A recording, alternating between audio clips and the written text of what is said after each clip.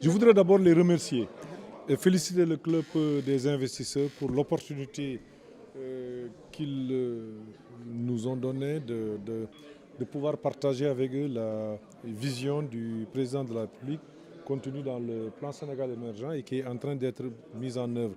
Nous avons aussi soulevé leurs préoccupations et je pense que c'est ça le Sénégal, c'est qu'on puisse échanger. Nous avons montré qu'ils sont équidistants de tous les acteurs, mais ils sont très sensibles à ce qui se fait.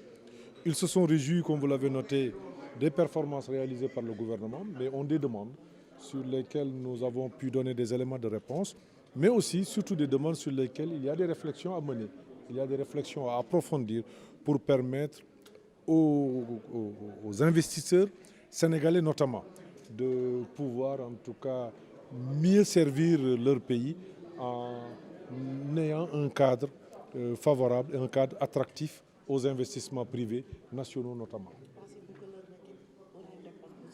Mais nous sommes déjà sur le requête parce que nous avons pu montrer que beaucoup de choses ont été faites, mais naturellement nous sommes encore un pays en voie de développement. Il y a des choses qui restent à faire. Nous avons noté surtout leur urgence, notamment à participer au capital de certaines entreprises, notamment qui quittent le pays pour d'autres raisons. Nous pensons au secteur financier. L'État est en train de réorganiser, de restructurer sa participation dans les entreprises financières notamment. Et je pense que c'est une requête qui va être portée à l'attention du président de la République pour une prise en charge. C'est une requête qui nous semble être pertinente. Général sur la nécessité de cultiver le dialogue, aussi bien sur le plan politique que sur le plan économique.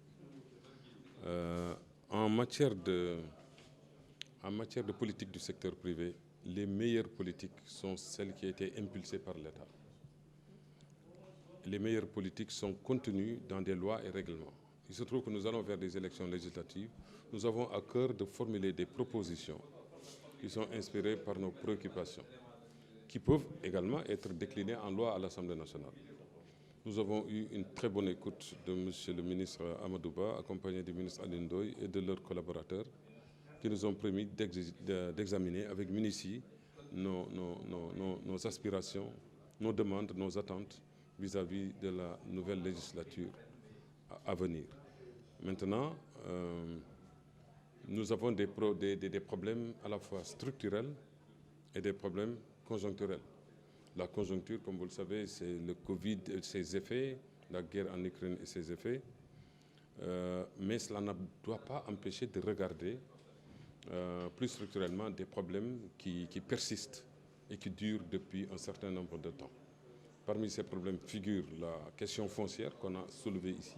On a soulevé la question des lenteurs administratives.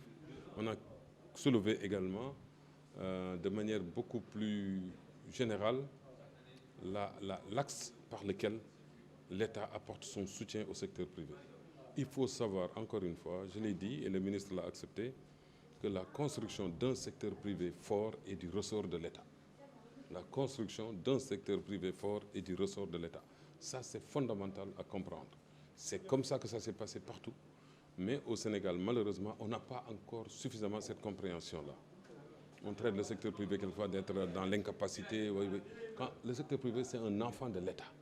Et quand ton enfant n'est pas capable, il t'appartient de le rendre capable en l'amenant à l'école, en lui tenant la main, en lui donnant des explications, en lui apportant des transferts. Rapporter au secteur privé, ça donne des transferts de technologie, un encadrement, une sorte de couveuse de l'État, de manière à avoir un partenaire fiable. Sinon, tout le reste deviendra inefficace.